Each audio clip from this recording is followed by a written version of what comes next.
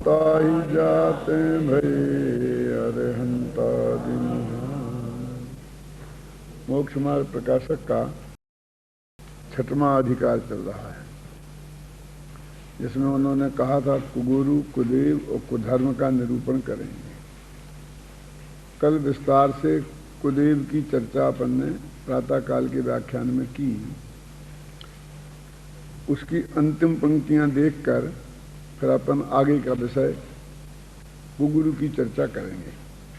तो page number 174 पर सबसे नीचे की पंक्तियां हैं। इसी प्रकार सर्व कुदेवों का मानना किंचित कार्यकारी नहीं है। अब डिटेल में जाने से फायदा नहीं है, लेकिन जैन दर्शन तो ये कहता है और वस्तु स्थिति ये है कि प्रत्येक जीव के सुख दुख जीवन मरण उसके पुण्य पाप के उदय के अनुसार उठते हैं। यदि हमारे पाप का उदय है और हमारा बुरा होना है तो दुनिया की कोई ताकत हमें बचा नहीं सकती। यदि हमारे पुण्य का उदय है तो दुनिया की कोई ताकत हमारा बुरा नहीं कर सकती। इसलिए किसी को अपने कार्य का कर्ता बुरा भला करने वाला मानना ये राग द्वेष का उत्पन्न करने वाला होने से ये बात ठीक नहीं है। फिर एक प्रश्न खड़ा होता है कि यदि ऐसी बात है तो हम उनकी भक्ति क्यों करें? तो कहते भक्ति तो गुणेषु अनुरागा भक्ति, गुणों में अनुराग को भक्ति कहते हैं। यदि किसी में हमसे अधिक गुण हैं तो उसके प्रति हमारे हृदय में श्रद्धा सहज ही उत्पन्न होगी और होनी चाहिए। मैं इसको एक उदाहरण देके स्पष्ट करता हूं कि एक विद्यार्थी है क्रिकेट का, जो क्रिकेट सीखना चाहता है। इसके लिए उसने एक ट्यूटर भी लगाया है, 2000 रुपये महीना उसे देता है और जेठ की दोपहरी में वो उसे क्रिकेट के मैदान में खड़े खड़े घंटों सिखाता है। लेकिन वो लड़का उस मास्टर का फोटो अपने घर में नहीं लगाता है। लेकिन क्रिकेट के जो टॉपर्स हैं, जो भी समझे, आज मान लो गावस्कर हैं, तेंदुलकर हैं, जो भी हों, कपिल देव हैं, जो भी हों, उनके फोटो वो अपने यहाँ लगाता है। जबकि उन्हें आज तक उनसे मिला नहीं है, उनकी शक्ल भी नहीं देखी, फोटो में देखी होगी, टीवी पे देखी होगी। वो उन्हें पत्र डालता है तो उसका जवाब भी नहीं मिलता है। वो उनके पास जाए तो पुलिस डंडे मारती है। ऐसा होने पर भी वो उनका फोटो अपने घर में क्यों लगाता है और उस मास्टर का क्यों नहीं लगाता है? वो तो कोई उपकार नहीं करता उसका, वही तो उपकार करते। लेकिन ये इसलिए होता है कि उसके मन में वो जो विश्व के प्रसिद्ध क्रिकेटियर हैं उन जैसा क्रिकेटियर बनने की इच्छा है, उसके आदर्श वो हैं। उसे गावस्कर और तेंदुलकर जैसा बैट्समैन बनना है, अपने उस टीचर जैसा बैट्समैन नहीं बनना है कि जो जिले की टीम में भी कभी नंबर नहीं ला पाया। भले ही उसको उससे सीखता हो और उसके बदले में पैसा भी देता हो और नमस्कार भी करता हो, लेकिन जो श्रद्धा और भक्ति, जो प्रेम उसे उन लोगों के प्रति है वो उनके प्रति नहीं होता, निस्वार्थ भाव से। एक क्रिकेट जैसे खेल का आदमी भी निस्वार्थ भाव से उनसे प्रेम रख सकता है, तो बीतरागी देवशास्त्र गुरु से बीतरागी के भगत उनसे निस्वार्थ भाव से प्रेम नहीं रख सकते। जब वे कुछ देंगे लेंगे तभी उनसे उनकी भक्ति करेंगे, और यदि वो देते नहीं हैं और देंगे नहीं, हमारा भला बुरा करते नहीं हैं, तो हम उनकी भक्ति क्यों करें? ऐसा जो हम प्रश्न उठाते हैं वो सत्य से परे है। देखो, फिर वो एक कुतर्क और चलता है कि ठीक है, उनसे हमें कोई लाभ नहीं होता है, लेकिन नुकसान भी तो कुछ नहीं है। क्या नुकसान है उन्हें? उनकी पूजा भक्ति करें, नमस्कार आदि करें, उनका आदर सम्मान करें, तो उसमें नुकसान भी क्या है? वो तो सबका ही करना चाहिए ना, जो ये लिखा है नीचे। यहां कोई कहे कार्यकारी हैं तो ना हो, उनके मानने से कुछ बिगाड़ भी तो नहीं होता। ये तर्क बहुत ही आजकल चलता है कि साहब ये होम्योपैथिक की दवाई है, ये आयुर्वेद की दवाई है, इसमें एक बहुत बड़ा गुण है कि क्या फायदा ना करे तो ना करे, लेकिन नुकसान नहीं करती है। लेकिन ये समझ में आने जैसी बात है कि जो चीज नुकसान नहीं करेगी वो बीमारी को नुकसान कैसे करेगी? और बीमारी का नुकसान नहीं करेगी तो बीमारी का नाश कैसे होगा? उसका कुछ ना कुछ असर तो हो, इतना नहीं हो कि आपको एकदम जीवन को खतरा खड़ा हो जाए, लेकिन वो उसका कुछ असर नहीं होगा, ये बात बिल्कुल सही नहीं है। देखो उत्तर क्या लिखा पंडित जी ने कि यदि बिगाड़ ना हो तो हम किस लिए निषेध करें? हमें पागल समझते हो कि हम मना कर रहे हैं? इतना पूरा का पूरा अध्याय हमने लिख दिया है। यदि बिगाड़ नहीं होता उनके मानने से तो हम काहे को निषेध करें? परंतु एक तो मिथ्यात्वादि दृढ़ होने से मोक्ष मार्ग दुर्लभ हो जाता है, यह बड़ा बिगाड़ है। और दूसरे पाप बंद होने से आगामी दुख पाते हैं, यह बिगाड़ है। दो वहां बिगाड़ हैं। मोक्ष मार्ग दूर हो गया, सबसे बड़ा बिगाड़ तो यह है। और दूसरा पाप बंद होता है, इससे आगे दुख की चीजें बनती हैं, ये भी बिगाड़ है। देखो जैसे कि मैं बोल रहा था ना आपसे कि एक हमारा बेटा यहां से बंबई गया और 4 लाख रुपया आपने पूंजी के लिए दिए कि वहां 4 लाख की पूंजी से वो कमाएगा। तो 4 लाख के उसने 25 लाख कर लिए तो फिर बहुत अच्छा ही बेटा है, कमाऊ बेटा है, फिर तो क्या पूछना। लेकिन वो 4 लाख के 4 लाख वापस लेके आ गया 4 साल में, 5 साल में, तो आप कहते हैं कि साहब कुछ चलो गया तो गया, लेकिन कमा के नहीं लाया तो कुछ नुकसान भी नहीं हुआ। नुकसान नहीं हुआ। जिंदगी के इतने महत्वपूर्ण 5 वर्ष इनका नुकसान हुआ कि नहीं हुआ?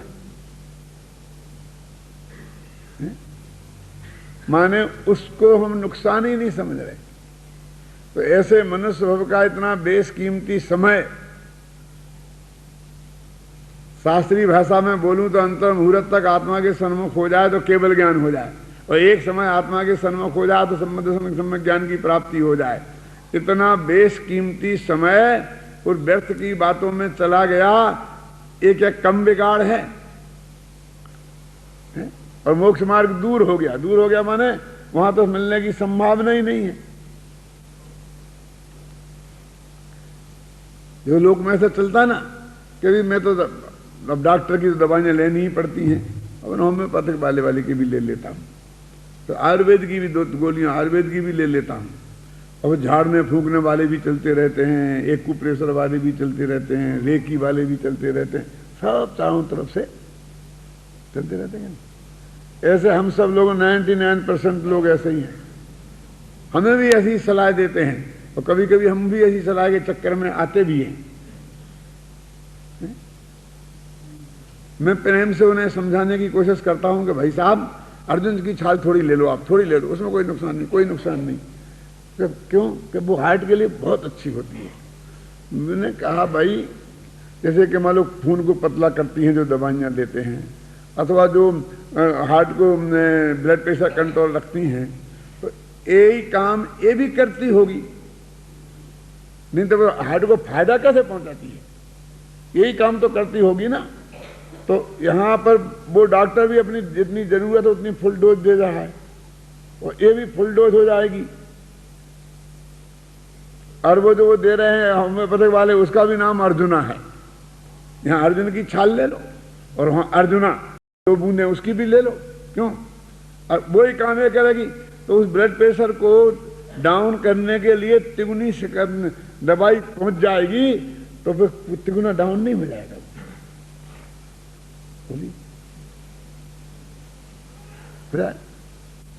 और तीनों में से कोई जिम्मेवार नहीं। डॉक्टर हो, मैं क्या करूं, ये तो साथ में वो भी ले रहा था, वो भी ले रहा था, वो भी ले रहा था, मैं क्या करूं, मैं क्या करूं, मैं क्या करूं, मेरी दवाई क्या करती। ऐसे ही हम तो सुदेव को भी मानेंगे, कुदेव को भी मानेंगे, हम तो कोई भेदभाव करते नहीं। हम तो कुगुरु को भी मानेंगे, सुगुरु को भी मानेंगे, हम तो कोई भेदभाव करते नहीं। अपना क्या नुकसान है, सबको नमस्ते बोलना है ना। भूत प्रेत बेंतर को भी मानेंगे, घोड़े को भी पूज लेंगे, पीर पैगंबर को भी पूज जाएंगे, समझे ना। महावीर को भी चढ़ाए आएंगे, हनुमान जी को भी चढ़ाए आएंगे, पीर पैगंबर को भी चढ़ाए आएंगे, गणेश जी को भी चढ़ाए आएंगे। और जो कर देगा तो कर देगा, और नहीं करेगा तो अपना क्या बिगड़ता है, क्या 2-5 रुपये ही तो गए, कौन सी बड़ी बात है।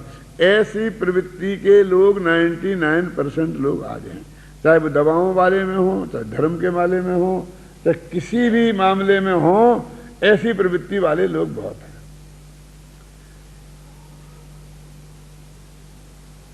और नहीं तो कुछ हमें इनसे किसी से मतलब नहीं है, ये सब अनध्यवसायी लोग हैं। अनध्यवसाय माने निर्णय नहीं करना कुछ भी, और बस जो कुछ भी करते रहना, जो कुछ भी समझ में जब भी आज ऐसा बिना समझे सोचे जो कुछ भी करते रहना, है ना। तो इस तरह से वो कहते हैं कि ये भी कोई बात सही नहीं है, इससे नुकसान बहुत है और लाभ रंच मात्र भी नहीं है। इस तरह उन्होंने कुदेवादिक की आराधना की बात की। ये तो पहले ही कह चुके हैं कि किसी व्यक्ति का नाम कुदेव नहीं है। अपने अंदर जो किसी कोई भी आदमी मेरे पुण्य पाप के बिना मेरा भला बुरा कर दे, ऐसी आशा से किसी को भी पूजना, वो तेरी इस मान्यता का नाम कुदेव है। किसी व्यक्ति की बात नहीं कि एक कुदेव है, ये सुदेव है। जब उनकी विचार करेंगे तब उनके द्वारा कथित तत्व हैं, उनकी मीमांसा करके निर्णय करेंगे कि किन्ने सही की, किसने गलती की। अभी जो बात चल रही है, तेरे अंदर में देवत्व के नाम पर यहां भगवान वीतरागी सर्वज्ञ से लेकर और एक इंद्रिय तक पीपल को पूजे, ऐसे आता क्या नहीं आता, कितनी कितनी चीजें आती हैं। और वो अपने तराजू को पूजे, बांट को पूजे, दबात को पूजे, प्लेन को पूजे, कलम को पूजे, कलम को भी नमस्ते नमस्ते नमस्ते, सब एक समान है। ये ऐसी जो वृत्ति है, उस वृत्ति का यहां पर निषेध किया है। अब देखो कुगुरु का निरूपण है, ये भी बहुत सावधानी का प्रसंग है आज के संदर्भ में। लेकिन इसको समझे बिना भी इस संसार से हमारा निस्तारा नहीं। यदि इसके समझे बिना आत्मा का कल्याण हो सकता होता तो इसकी चर्चा नहीं करने की हम प्रतिज्ञा ही ले लेते किसी भी कीमत पर, पढ़ने पढ़ाने की क्या बात करने की। लेकिन ये आवश्यक शर्त है ना। इसलिए देखो, जो जीव विषय कसायाधिक अधर्म रूप तो परिणमित होते हैं, ये सबसे बड़ी बात है। टोडरमल जी ने परिभाषा बनाते वक्त किसी का नाम नहीं लेकर के परिभाषा से उस बात को स्पष्ट किया कि विषय कसायाधिक अधर्म रूप तो परिणमित होते हैं। विषय माने क्या है याद, और कसाय माने क्या है, वो अपन ने 4थे अध्याय में पढ़े थे, 4 प्रकार की इच्छाएं, वो उनके हिसाब से लगाना है विषय और कसाय। और मानादिक से अपने को धर्मात्मा मानते हैं, धर्मात्मा के योग्य नमस्कारादि क्रिया कराते हैं, अथवा किंचित धर्म का कोई अंग धारण करके बड़े धर्मात्मा कहलाते हैं, बड़े धर्मात्मा योग क्रिया कराते हैं। इस प्रकार धर्म का आश्रय करके अपने को बड़ा मनवाते हैं। वे सब कुगुरु जानना, क्योंकि धर्म पद्धति में तो विषय कासायादिक के छूटने पर जैसे धर्म को धारण करे वैसा ही अपना पद मानना योग्य है। वो कहते हैं ना, यानी देखो आजकल ऐसी प्रवृत्ति बहुत चलती है कि जैसे अपने यहाँ 7वीं प्रतिमा में ब्रह्मचर्य व्रत है, जानते 7वीं प्रतिमा में है ब्रह्मचर्य व्रत। अब हजारों लोग ऐसे हैं कि हम तो ब्रह्मचारी हैं, ब्रह्मचर्य ले लिया, और प्रतिमा एक भी नहीं है। तो टोडामल जी ने लिखा अकेला अब्रह्म ही तो पाप नहीं था, और हिंसा, झूठ, चोरी, कुशील और भी तो पाप हैं, और ये क्रोध, मान, माया, लोभ ये भी तो पाप हैं। तो ये बराबर जैसे और सामान्य ग्रस्तों में पाए जाते हैं उतने ही पाए जाते हैं, और कभी कभी तो और कुछ थोड़े से ज्यादा ही दिखाई देते हैं। तो एक ले लिया व्रत, ब्रह्मचर्य व्रत ले लिया, और अपने को गुरु और सबसे महान मान के बैठ गए। कोई ने घर बार छोड़ दिया, और कुछ फर्क नहीं है जीवन में, न सम्य दर्शन, न सम्यक ज्ञान, न तत्व ज्ञान, न अध्ययन, न मनन, न चिंतन, है ना, न कोई खान पान की मर्यादा। एक एक चीज को के आधार पर अपने को बड़े धर्मात्मा बनाकर और पुजवाने की अपेक्षा रहती है, और कोई नहीं पूजे, नमस्कार आदि नहीं करे, तो फिर देखो कितने आग बबूला हो जाते हैं। अब उनको एक एक का उदाहरण देकर के वो बताते हैं कि कोई कुलाधिक की अपेक्षा अपने को बड़ा मानते हैं। अब देखिए ये आज के जमाने से कितनी मिलती जुलती बात है। ये तो 250 वर्ष पहले लिखी बात है, जब तो आज का ये वातावरण की झलक भी नहीं थी, है ना। आज अपन कहते हैं ना कोई कुल से बड़ा नहीं रहा, उस जमाने में तो बहुत था। तब उन्होंने इसका विरुद्ध में ये बात लिखी। आज के विरोधियों ने उस वक्त कल्पना भी नहीं की होगी। क्या लिखते हैं, कितने ही तो कुल के द्वारा अपने को गुरु मानते हैं, बस हमारा कुल बड़े लोगों का था, हम उनके कुल में पैदा हुए हैं, इसलिए हम महान हैं, बस कुल के द्वारा गुरु बना।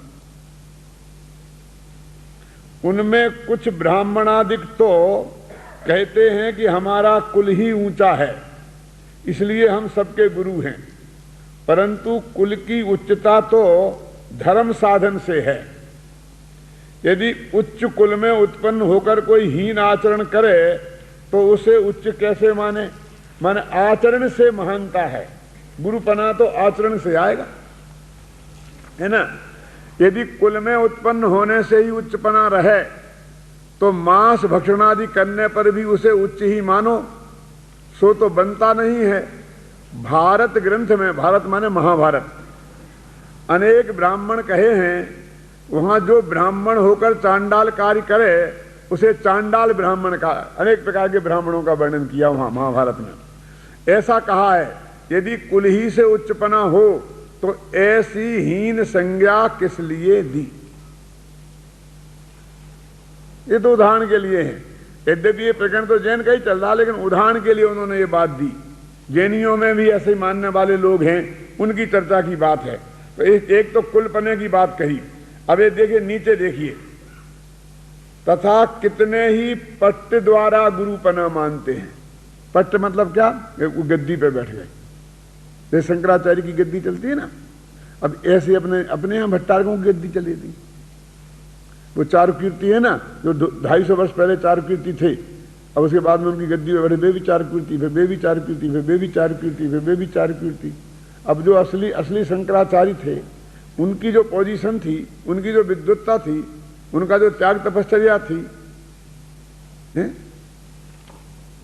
और आज उनकी पीठ पे बैठ गया कोई भी तकड़म से, अपने राजनीति की तिकड़म से, वो तो अंदर से त्याग तपश्चर्या से आचार्य बने थे। और यहाँ तो बस कोई भी आदमी को अच्छा सा चुन के बैठा देते हैं, वो प्रिंसिपल साहब रिटायर्ड होकर के शंकराचार्य बन गए, अपने ही संस्कृत कॉलेज के एक प्रिंसिपल साहब बन गए। ऐसे ही हमारी गद्दियों पे बैठ गए लोग, कल में ना। और अब वो उनमें, उन चार कीर्ति में और इन चार कीर्ति में कितना अंतर है। तो ऐसे पट्ट पे बैठकर अपने को जो गुरु मान लेते हैं, तो वो कहते हैं वो गुरुपना नहीं। वो जो आदमी जो पहला बना था, जिसकी गद्दी नाम से चलती है, वो तो अपने गुणों के कारण महान बना था। वही हम पट्ट के कारण नाम अपने को महान मानते हैं। और पट्ट पर बैठने का निर्णय कैसे होता है, तो वो सब बहुत बातें हैं, उसके बारे में मैं बात नहीं करना चाहता हूं ज्यादा। लेकिन वो ऐसे कहते हैं ना कि इस तरह से हमने नाम भी वही रख लिया और उसी गद्दी पे बना के बैठ गए, और उनके आचरण से, अपनी आचरण में, उनकी विद्वत्ता से अपनी विद्वत्ता में, उनकी कसायों की मंदता से अपनी कसायों की मंदता में का कभी कोई विचार ही नहीं करता है। तो कहते थे पट्ट पर बैठने से भी कोई महान नहीं होता। अपने कांजी स्वामी थे ना, वहां भी यही बहुत चर्चा चलती थी, कांजी स्वामी के बाद कौन, कांजी स्वामी के बाद कौन। मैं किसी के बाद और किसी के पहले होने का सवाल क्या है? कांजी स्वामी की गद्दी पे कौन बैठेगा? कांजी स्वामी की गद्दी है ही कहां जो जिस पे कोई बैठेगा? जिसमें योग्यता होगी वो अपना काम करेगा। और इसी को भ्रम पैदा ना हो किसी तरीके से, तो मैंने यहां अपने टोडरमल स्मारक भवन में ये नियम नहीं बना दे, गद्दी नहीं बनने दी। जहां मैं बैठता हूं यहां वहीं मेरा सबसे पहले विद्यार्थी को बैठाता हूं। जो भी 5 दिन आए हुए बैठे, वो प्रैक्टिस के लिए ऊपर प्रवचन करने बैठता है ना, तो कहां बैठता है? वहीं। एक गद्दी नहीं बन जाए, एक किसी की गद्दी पे नहीं। मैं कहता हूं भगवान आदिनाथ की गद्दी पे क्यों बैठे? अजितनाथ में ये योग्यता नहीं है कि अपनी गद्दी बना सकें।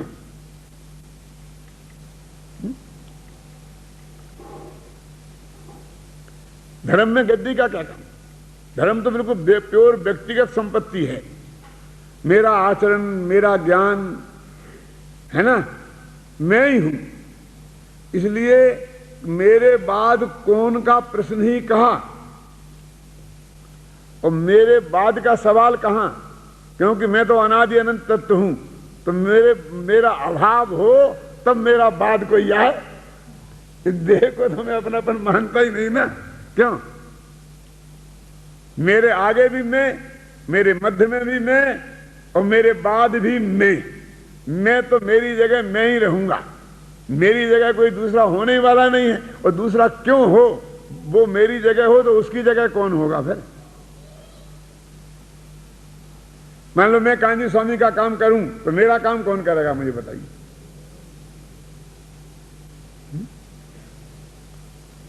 कांजी स्वामी का काम था उनका अपनी आत्मा का कल्याण करना, मेरा काम है मेरी आत्मा का कल्याण करना। और यदि दूसरों के कल्याण में निमित्त बन सके तो बन जाए, ना बने तो ना बने, जितनी जितनी क्षमता जिसकी हो। मूल तो अपना अपना कल्याण करने का उद्देश्य है ना। तो जैन दर्शन पट्ट के नाम पर गुरुपना की बात को स्वीकार नहीं करता है, कहना। अब देखिए तीसरा है 170 पेज पर तीसरा पैरा। तरह कितने ही किसी प्रकार का भेष धारण करने से गुरुपना मानते हैं, परंतु भेष धारण करने से कौन सा धर्म हुआ जिससे धर्मात्मा गुरु माने? मैं बोलता हूं कि मैंने आज धोती कुर्ता पहने हूं और कल मैं सूट पैंट पहन लूं तो मूर्ख हो जाऊंगा, क्यों? और परसों चदरा पहन लूं तो विद्वान हो जाऊंगा। क्या ये मेरी टोपी कुर्ता, ये धोती, ये विद्वान है? माने ड्रेस से गुरुपना। शुद्ध सात्विक ड्रेस सज्जन लोगों की होती है और होनी चाहिए, उसका निषेध नहीं है। लेकिन जो इस सारा जगत तो भेष से ठगाया जाता है ना, इसलिए दिगंबर धर्म में तो कोई भेष ही नहीं है। कैसे नहीं है? दिगंबर भेष है ना। दिगंबर भेष कैसे कहते जानते हैं आप? सब भेषों के त्याग का नाम दिगंबर भेष है। विदाउट ड्रेस, जहां कोई ड्रेस नहीं है कोई भेष है ही नहीं। दिगंबर कोई भेष थोड़ी है। और उन्होंने महिलाओं में उत्कृष्ट आरिका का वेश और श्रावकों में उत्कृष्ट ऐलक क्षुल्लक का वेश, इसके अलावा कोई ड्रेस धर्म की मानी ही नहीं। सब अपनी अपनी लौकिक पात्रता के अनुसार अपनी ड्रेस पहनते हैं, पहननी चाहिए। 70 वर्ष का आदमी ने रंग रंगीले ड्रेस पहने, जिसमें इधर काला, इधर पीला, इधर नीला, लाल ऐसे हुए पहने, तो वो अच्छा लगेगा क्या? बोलिए। और 5 वर्ष का बच्चा मेरे धोती कुर्ता और टोपी पहन के आ जाए तो वो अच्छा लगेगा क्या? अरे मैं ही जाऊंगा तो उस बच्चे के लिए अपने वो खरीद के लाऊंगा, अपने लिए ये खरीद के लाऊंगा, ऐसा थोड़ी है। क्योंकि अब अपनी उम्र सभ्यता के अनुसार गृहस्थ को अपनी ड्रेस रखनी चाहिए, अच्छी बात है। लेकिन इससे महानता और गैर महानता का कोई संबंध नहीं है।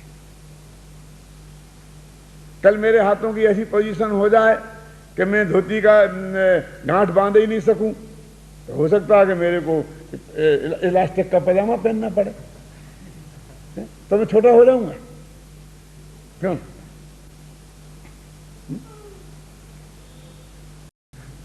लेकिन ये सारा जगत भेद से ठगाया जाता है।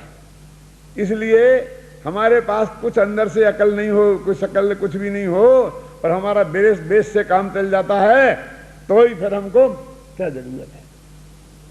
एक सच्ची घटना में उल्लेख करता हूं जिससे आपको अंदाज लगेगा कि इसकी कितनी है।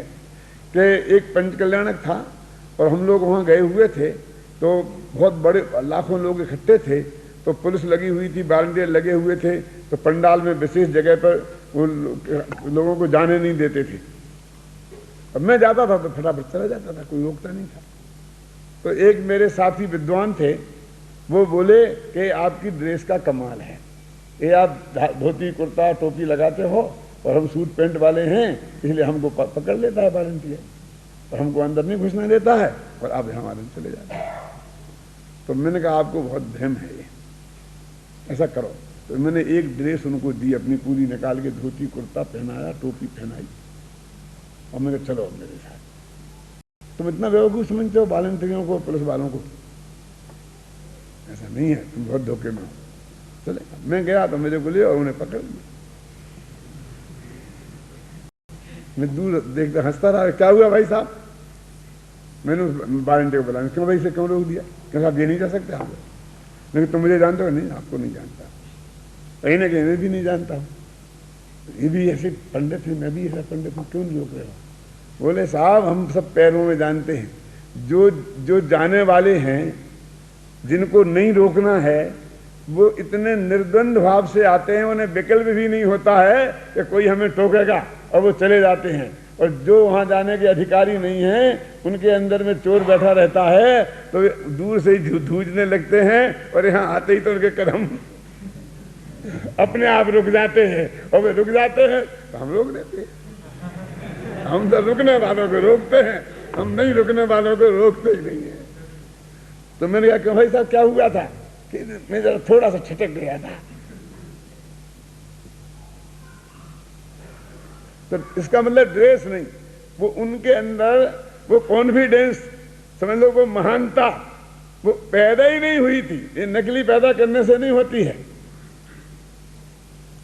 चोर की कितनी हिम्मत, 90 वर्ष का बुढ़ा, जैसे टीबी हो, ब्लड कैंसर हो, डॉक्टरों ने कह दिया हो कि सुबह होगा कि नहीं होगा कोई ठिकाना नहीं है, और उससे खांसी आ जाए रात के 2 बजे, तो चोर भाग जाए, भागने लगता है। वो उस बुढ़े की, मरने वाले बुढ़े की खांसी को भी बर्दाश्त नहीं कर सकता। तो ड्रेस से क्या महानता है? लेकिन सारा जगत ड्रेस से महानता मानता है। इसलिए जो धर्म में के ड्रेस नहीं है, तो भी कुछ बदला बदली करके और ऐसा ऐसा करके बनाते हैं। मैं यहाँ चर्चा नहीं करना चाहता हूं, लेकिन मैंने ऐसे बहुत से देखे अपने मित्रों में कि कभी आते तो गेरुआ वस्त्र पहन के आ जाते हैं, कभी तेमत लगा के आ जाते हैं, कभी सफेद चदरा ओढ़ के आ जाते हैं, कभी ऐसे हाथ में रूमाल लेके यहाँ लगा देते हैं, कहीं कहीं। क्यों क्यों देखे कि नहीं देखे? 25 व्यक्ति क्या करते तुम? क्यों ये सॉन्ग बनाते रहते हो?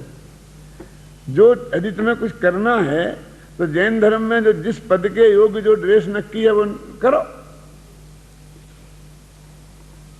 पंडित बंशीधर जी थे, वो 7वीं प्रतिमाधारी थे, और धोती कुर्ता पहनते थे और टोपी लगाते थे। लगाते थे नहीं लगाते थे? और अब पहली प्रतिमा ही नहीं है और धोती चदरा ओढ़ देते हैं। इधर बहुत बड़े ब्रह्मचारी जी ने ऐसा किया कि उनने, वो पहले थे वैसे ही थे, और बाद में हम दूसरी दफा हम बाबू भाई गए तो चदरा ओढ़े थे। उन्होंने कहा ये क्या किया आपने? कुछ और बढ़ाया है? कोई प्रतिमा बढ़ाई? कि नहीं कुछ नहीं। मैंने सिले वस्त्रों का त्याग कर दिया। क्यों कर दिया? कल भी उसी पद में थे, कोई ज्ञान था। आज आप कहते मैंने कुछ भी धर्म के क्षेत्र में वृद्धि नहीं की, संयम में इसमें कुछ नहीं की, तो फिर ये ड्रेस बदलने का क्या मतलब? या तो वो कल वो ड्रेस खराब थी और या आज की, 2 में से एक गड़बड़ है ना अन्ना जी। ये ऐसा क्यों किया आपने? तो टोडेमल जी तो बहुत कठोर शब्दों में कहते हैं, क्योंकि जगत वो कॉमन मैन हमें समझता है और हम वो कॉमन मैन बने रहना नहीं चाहते हैं। हमारा अमेरिका में एक कॉन्फ्रेंस हुई, वहां जितने भारत के साधु लोग गए ना, उन सबने मिलके, और ये समस्या ये थी कि हम भारत के जो नियम तो पाल नहीं सकते हैं यहां, इसलिए और साधु कहलाते हैं, तो वहां लोगों का दबाव था कि या तो आप नाम बदलिए और या फिर प्रतिज्ञा पालिए, तो वे तो संभव ही नहीं है वहां। तो बड़ी मीटिंग के बाद में नाम बदलने में एक ही समस्या सबके सामने आई। दुर्भाग्य से सौभाग्य से मैं भी उस मीटिंग में था कि जब सर्वधर्म सम्मेलन होगा और सब धर्म के गुरु आएंगे, तब हम उस सम्मेलन में जाएंगे तो हम क्या कहलाएंगे? जैन विद्वान के जैन साधु। यदि विद्वान कहलाएंगे तो फिर हम उन साधुओं के बगल में, संतों के बगल में कैसे बैठ पाएंगे? वो हमें बराबरी का हिस्सा हमें कैसे मिलेगा? विद्वान बनेंगे तो विद्वानों के बगल में बैठना पड़ेगा। तो हमारी वहां क्या पोजीशन होगी? इसलिए हम तो वही यही नाम रखेंगे, हमारा अपना नाम यही रखेंगे, चाहे जैसा भी हो, चाहे पलते हो चाहे नहीं पलते हो। और अंत में यही डिसीजन हुआ कि दुनिया तो भक्ति रहेगी, अपन तो अपना यही नाम रखें। मैंने आखिरकार वही समस्या हुई ना कि उनको बड़ा नाम चाहिए, क्योंकि बड़े नाम का जो सम्मान है वो सम्मान उनको प्राप्त करना है। इसलिए वो कहते हैं, कई लोग अपने बेस से आधार पर अपने को गुरु बनाना चाहते हैं, इसलिए कहते बड़े नाम रखते हैं। देखो 178 पेज पे लिखा है, दूसरा पैरा, तथा कोई शास्त्रों में तो कठिन मार्ग निरूपित किया है, वह तो सदेगा नहीं, और अपना नाम ऊंचा धराए बिना लोग मानेंगे नहीं। मानेंगे नहीं माने हमें पूज्य नहीं मानेंगे, पूजा नहीं करेंगे, गुरु जैसा सम्मान नहीं देंगे।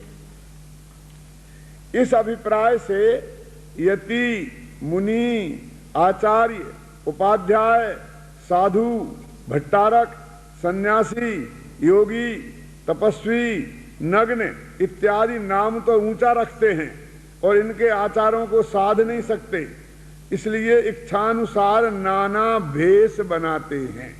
ये नाम रख लिए और वो जो होना चाहिए भेष वो बना नहीं सकते, तो दूसरा भेष बदल लिया और साधारण भेष इसलिए लगते कि हम कॉमन मैन बन जाएंगे। तो कॉमन से कुछ ऊपर उठना है, कॉमन रहना नहीं है।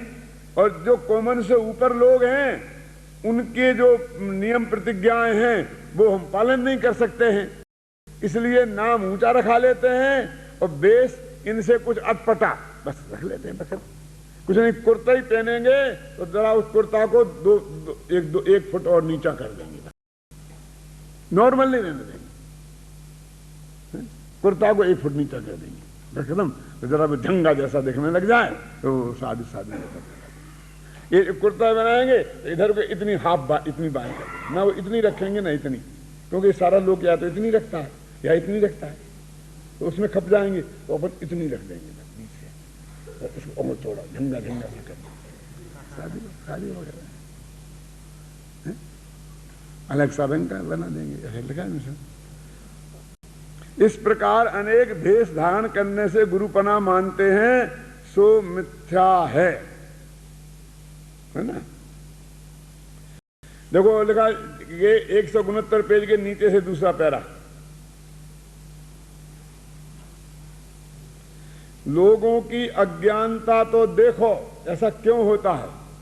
इसलिए होता, लोगों की अज्ञानता तो देखो, कोई एक छोटी सी भी प्रतिज्ञा भंग करे तो उसे पापी कहते हैं, और ऐसी बड़ी प्रतिज्ञा भंग करते देखकर भी उन्हें गुरु मानते हैं, उनका मुनिवत सम्मानादि करते हैं। सो शास्त्र में कृतकार्यत अनुमोदना का फल कहा है, इसलिए उनको भी वैसा ही फल लगता है। समझ लेना, तुमने उन्हें माना तो तुम भी बच नहीं गए, वो क्या कहते हैं, उस पाप में तुम भी भागी हो कृतकात अनुमोदना से। मुनि पद लेने का तो क्रमन्याय है, देखो कि पहले तत्व ज्ञान होता है, पश्चात उदासीन परिणाम होते हैं, परिसाधिक सहने की शक्ति होती है, तब स्वयं मुनि होना चाहता है, तब श्री गुरु मुनि धर्म अंगीकार कराते हैं। यह कैसी विपरीतता है कि तत्व ज्ञान रहित विषय कषायासक्त जीवों को माया व लोभ दिखाकर मुनि पद देना और पश्चात अन्यथा प्रवृत्ति कराना, सो यह बड़ा अन्याय है। अब एक कुछ शास्त्रों के उदाहरण दिए हैं 80-81 पेज पर। सब उदाहरण तो मैं पढ़ के आपको नहीं सुनाऊंगा, आप घर पे बैठ के शांति से पढ़ लेना, इतना समय नहीं है अपने पास। एक दो उदाहरण देता हूं, देखो। ये सप्पे दिठेड़ा सई लो नहीं को भी किंची अखेई जो चयई को गुरु सप्पम हम। क्या अर्थ है? सर्प को देखकर कोई भागे, ध्यान से देखना, उसे तो लोग कुछ भी नहीं कहते। भाई ऐसा नहीं कहते तूने मूर्खता का काम किया, ठीक है तूने अच्छा काम किया। तू सांप को देख के भाग गया तो तूने कोई गलती नहीं की, अच्छा काम किया, यही कहते कि नहीं कहते? लेकिन हाय हाय देखो तो जो कुगुरु सर्प को छोड़ते हैं उसे मूढ़ लोग दुष्ट कहते हैं, बुरा बोलते हैं। क्या कहते? लेकिन जगत में सांप से भागे तो कोई नहीं, और कुगुरु भी सांप से भागे तो उसे धर्म विरोधी और विद्रोही कह देते हैं और उसको किसी तरह न मानने की कोशिश करते हैं। कितना कितना महत्वपूर्ण कमेंट है। वो 250 वर्ष पहले जो पोजीशन होगी आज भी वही पोजीशन है कि नहीं है, बोलो? तो कहते भाई कि भाई सर्प से तुम कुगुरु की क्या तुलना करते हो? सर्प के काटने से तो मर जाएंगे, ये कुगुरु के काटने से मरते थोड़ी है। क्यों? तो नीचे का श्लोक है, देखो। अहो सर्प के द्वारा तो एक बार मरण होता है और कुगुरु रूपी सर्प से तो अनंत जन्म मरण देता है, अनंत बार जन्म मरण करना पड़ता है।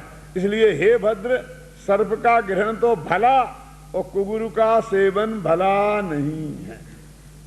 संगपट का एक उदाहरण दिया, संगपट श्वेतांबरों का ग्रंथ है। कितना कठोर सत्य इसमें लिखा है। हमारी और तुम्हारी किसी की हिम्मत नहीं है ये बात कहने की। इसे मैं पढ़ता हूं, कोई बीच में बोलना नहीं, साथ में सहयोग देने की कोशिश मत नहीं करना। छुत क्षामा कुलिकोपि रंक शिशु कहा प्रव्यज्य चैते क्वचित कृत्वा किंचन पक्षमक्षत कली प्राप्ता तदाचार्यकम चित्रम गृहे गृहीयति निजे गच्छे कुटुंबीयति संसक्रियति बालसीयति बुधान विश्वबराकीयति। बहुत अंदर की पीड़ा व्यक्त की है आचार्य ने।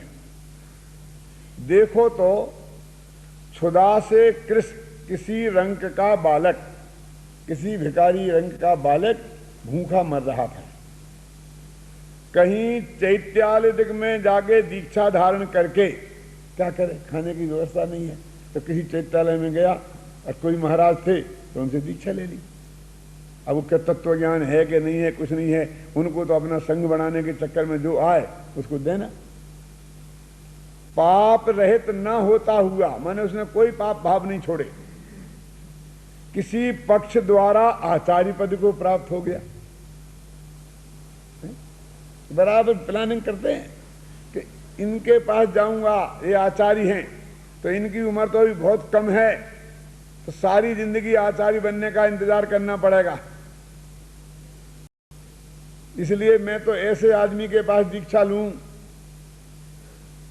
कि जो बिल्कुल किनारे पर हो और उसों का लंबी शिष्यों की कोई लाइन नहीं लगी हो, जिससे उनसे कंपटीशन करना पड़े, तो फटाफट आचार्य बन जाऊंगा। इसलिए ना किसी के द्वारा आचार्य पद पर प्राप्त हुआ, पर कहीं ऐसे हो गए तरकीब से।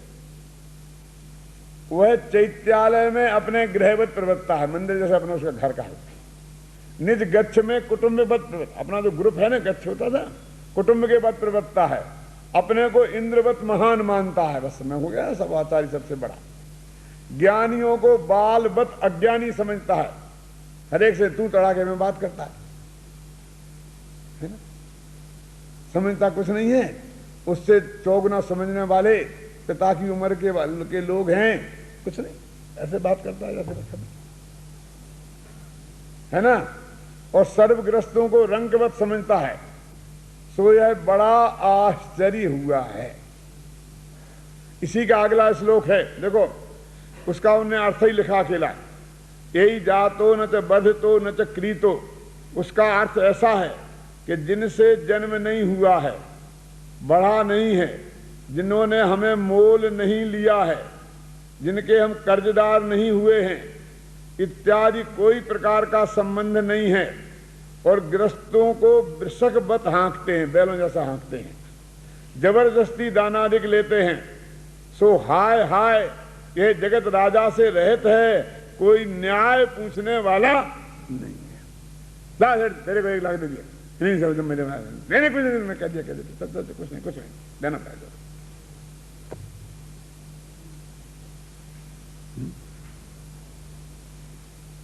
इस प्रकार वहां इस सिद्धांत के पोषक काव्यों उस ग्रंथ से जानना बहुत हैं, ख्याल में है ना। फिर देखो ये नीचे है, एक सबसे नीचे, जे दंशनेषु भट्टा पाए पाडंती दंशन धराणम ते हुंति लल्लु मुआ बोही पुण्य दुर्लभा तेसिम। दर्शन पहाड़ 2000 वर्ष पुरानी गाथा है कि जो आप तो सम्यक्त से भ्रष्ट हैं और सम्यक्त धार्मियों को अपने पहरे पड़वाना चाहते हैं, वे लूले और गूंगे होते हैं, अर्थात स्थावर होते हैं, और उनके बोध की प्राप्ति महादुर्लभ है। ये लिखा ना, वे लूले और गूंगे होते हैं अर्थात स्थावर होते हैं, देखा ना। ते होन तो लल्ल मुआ, ये लल्ल मुआ माने लूले और गूंगे। तो लूले और गूंगे किसे कहते हैं? जिनके पैर नहीं हो, चल फिर नहीं सकते हो, उसे बोलते हैं लूले, और जो बोल नहीं सकते हैं उन्हें बोलते हैं गूंगे। तो वो ऐसा नहीं कह रहा कि वे आदमी ऐसे होंगे,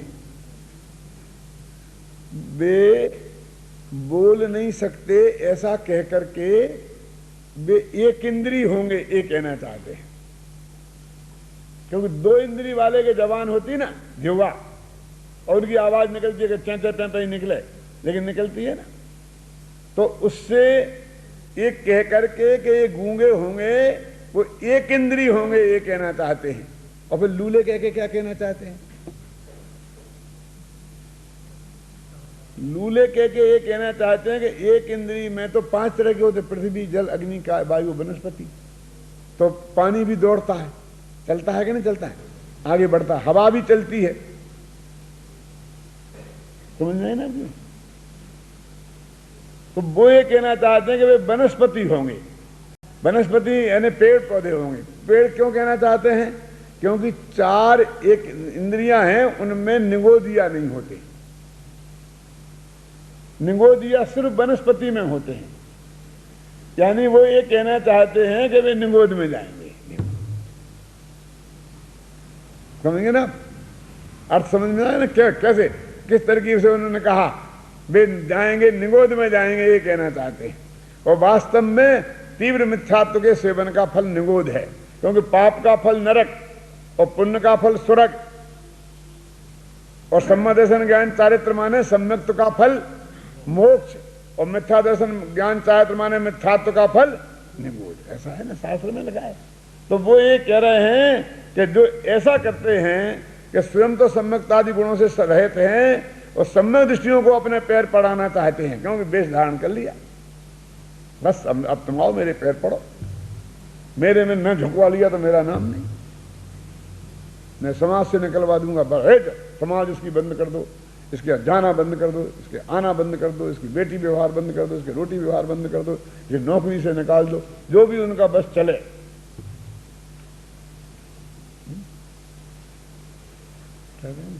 उनके लिए ये गाथा लिखी है। इस प्राकृत में पढ़ो, देखो, जे दंशनेषु भट्टा, जो श्रद्धान से सम्यक्त से तो भ्रष्ट हैं, पाये पाड़ंती दंशन धराणम, और जो सम्यक दृष्टि जीवों से अपने चरणों में पढ़ाना चाहते हैं, उनसे पैर पुजाना चाहते हैं, ते हंति लल्लू मुआ, वे लंगड़े और गूंगे होंगे, वो ही पुण्य दुर्लभा तेसिम, और उनको फिर ज्ञान की प्राप्ति असंभव हो जाएगी, दुर्लभ हो जाएगी, है ना।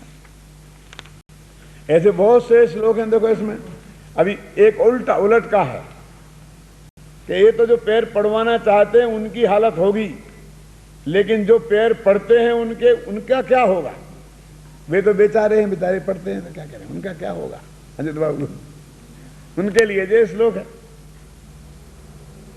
जे भी पढ़ंति वे तेसिम जानंता लाज्जा गारव भयेणे, तेसिम पिणत्ति बोही पावम अनमोय मायाणम, कि जो जानते हुए भी कि ये सामने वाले के श्रद्धा ज्ञान चारित्र बिल्कुल निर्मल नहीं है, बिल्कुल ये तत्व के विरुद्ध बोलता है, इसका आचरण भी जैन शास्त्र के पूरी तरह अनुकूल नहीं है, फिर लज्जा से, गारव से और भय से उनके पैरों में पड़ते हैं, वे भी अनुमोदना के दोष से दूषित हैं, और उनको भी सम्यक ज्ञान की प्राप्ति अत्यंत दुर्लभ है।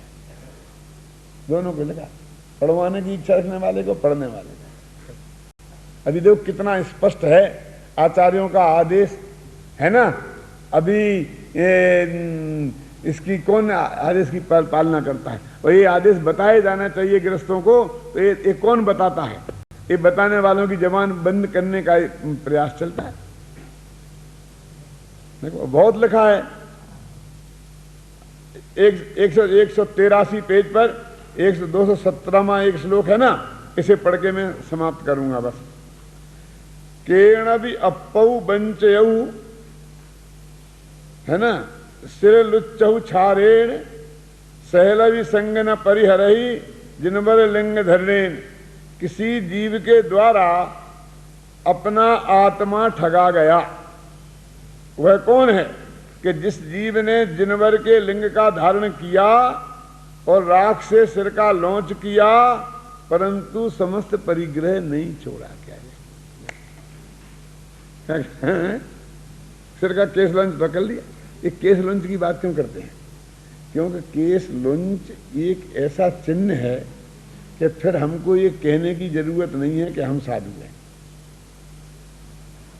फिर तो अपन कहते हैं ना कि जादू तो वो है जो सिर पे चढ़ पे बोले। वो हमारे केस लुंच, हमारा पीछी कमंडल, हमारा नग्न वेश, ये भी बताता है कि हम साधु हैं। तो कहते ऐसा किया और अंदर में सम्मा दर्शन ज्ञान चारित्र नहीं है, तो उन्होंने एक क्या किया है, समझिए ना आपके में ना, कि उन्होंने कि जिनवर के भेष को धारण कर लिया। वे कौन है? कि वो समझते हैं कि हम दुनिया को ठग रहे, वास्तव में तो उन्होंने अपने आत्मा को ठगा है ना।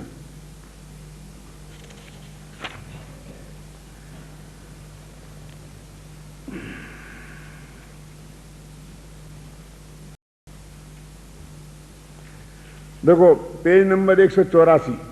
मैं चाहता हूं कि गुरु वाला प्रकरण ही खत्म कर दूं, जिससे सुबह इसके बारे में कुछ बोलना नहीं पड़े, जिससे अपने सुबह खराब नहीं हो। चर्चा करना भी अपने लिए ज्यादा शोभा की बात थोड़ी है। बीच का प्रकरण है, वह समझे बिना आत्मा का कल्याण नहीं होता, इसलिए चर्चा करनी पड़ रही है। फिर वह कहता है, नहीं, वह कहता है कि गुरु के बिना तो निर्गुरा कहलाएंगे, और वैसे गुरु इस समय दिखते नहीं हैं, इसलिए इन्हीं को गुरु मानना। ऐसा प्रश्न है कि तुम कहते हो कि जैसे शास्त्र में बताए वैसे गुरु तो कहीं दिखाई नहीं देते हैं, और इन्हें हम गुरु नहीं मानेंगे तो निगुरा कहलाएंगे। पहले यही कहते हैं। अच्छा तो ठीक है, तुम्हारे गुरु कौन है बताओ। ऐसा भी मैं पूछते हैं कि तुम्हारे कांजी स्वामी दिगंबर बनेगा, हाँ, तो उनके गुरु कौन है बताओ। नहीं है गुरु कोई, तो निगुरा है। कहने का मतलब है कि हमें किसी ना किसी को तो गुरु बनाना ही पड़ेगा। ये जो पीएचडी होती है ना, पीएचडी, तो उसका फार्म भी भरते हैं तो उसमें गाइड का नाम लिखना पड़ता है। तो जब मैंने एमए किया तो मेरे कई प्रोफेसर मेरे से कहने लगे कि भरल पीएचडी हमारे अंडर में करना, पीएचडी हमारे अंडर में करना। अब मैं तो वहां से यहाँ जयपुर आ गया था, इंदौर से इंदौर में, तो मैं इतनी दूर से कैसे करूंगा? कि देखो ये मैं जानता हूं कि करना तो तुमको ही है, और किसी ना किसी का तो नाम लिखना पड़ेगा ना, मेरा ही लिख देना। क्या मैंने यूनिवर्सिटी कोई कहे कि मुझे गुरु की जरूरत नहीं है, मैं सेल्फ स्टडी करके ही पूरा कर लूंगा। मैंने कहा भाई मैं तो अभी फाइनल तो नहीं कर सकता हूं आपके रेगुलर, क्योंकि अभी मैं तो यहां रहूंगा नहीं। अरे तुम मत रहना, नाम तो लिखा दो, प्रॉक्सी चलती रहेगी और तुम रेगुलर ही एडमिट हो जाओगे। और अपने यहाँ जयपुर में रहे और रेगुलर अपने में हो गए, निगुरा नहीं रहे। पीएचडी भी किया और निगुरा नहीं रहे। कितना बताया कि समझ में ना, ऐसे बहुत कि जो पूरे एक आध दफे देखें तो देखें, नहीं तो नहीं देखें। और प्रतिभाशाली लोग करते हैं कि नहीं करते हैं, और कईयों को तो वो पूरी पीएचडी की किताबें लिख देते हैं गुरुजी, तो उनको पता ही नहीं है। ऐसे भी पीएचडी होते हैं, दो ही तरह के पीएचडी होते हैं यूनिवर्सिटी में, लेकिन उस गाइड का नाम हर एक को फार्म में लिखना ही पड़ता है। ऐसे ही तुम्हें अपना गुरु तो बताना ही पड़ेगा, तुम्हारा गुरु कौन है। तो निगुरा कहलाओगे तो किसी ना किसी को मान लो, अच्छा बुरा जो भी है। तो पंडित जी ने कितना तक, निगुरा तो उसे कहते हैं कि जो गुरु के स्वरूप को नहीं जानता हो, और गुरु के स्वरूप ऐसे गुरु होते हैं ऐसा नहीं मानता हूं। किसी को व्यक्तिगत गुरु मानने से कोई सगुरा और निगुरा नहीं बनता, पंडित जी कहते हैं। और नहीं ऐसा होता है कि हमारा कोई गुरु नहीं हो तो किसी ना किसी को गुरु मान लो, ऐसा कहीं होता है? यदि हमारे पिताजी का स्वर्गवास हो जाए तो किसी ना किसी को पिता मान लो, ऐसा होता नहीं।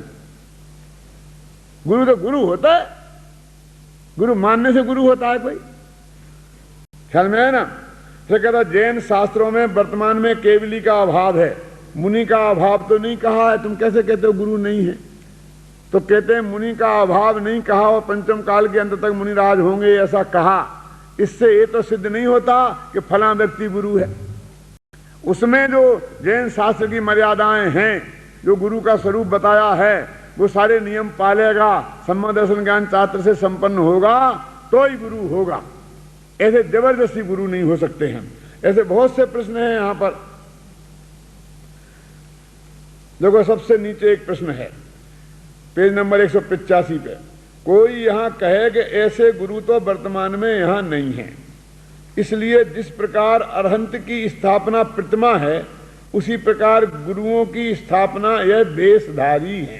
कितनी कठोर है, कहता जैसे अपने अरहंत की मूर्ति बना ली क्योंकि अरहंत नहीं है, तो गुरुओं के जगह इन्हें गुरु मान लो।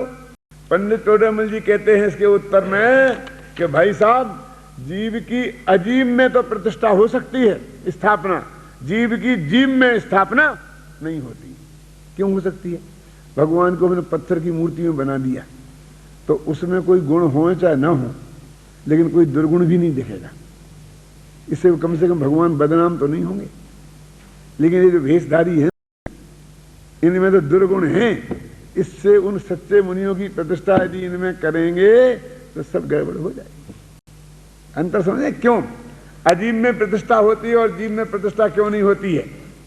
अरे कम से कम सर्वज्ञ और वीतरागी दो विशेषण है ना, तो उनमें उस प्रतिमा में सर्वज्ञता नहीं होगी तो नहीं होगी, लेकिन वीतरागता में तो कोई कसर नहीं है। वे किसी से राग देश तो नहीं करेंगे, लेकिन किसी आदमी को भगवान की प्रतिष्ठा कर दें तो सर्वज्ञ तो वो है ही नहीं, और राग देश भी करे बिना रहेगा नहीं।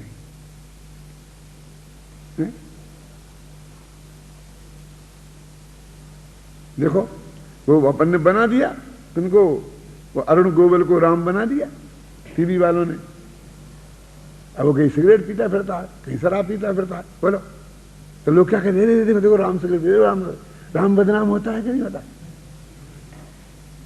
लेकिन राम की जितनी मूर्तियां हैं उनने राम के साथ कभी ऐसा नहीं किया होगा।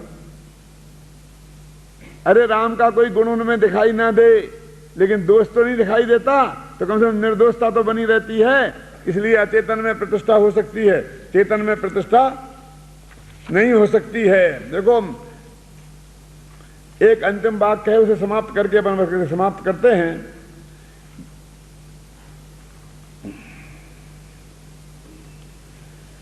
देखो, आदिनाथ जी के साथ 4000 राजा दीक्षा लेकर पुनः भ्रष्ट हुए।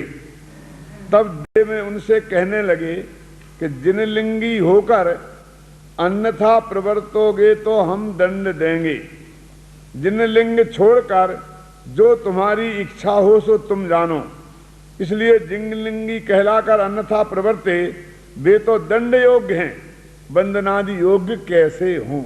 उन्होंने कहा था दंड देंगे, ऐसा कहते ना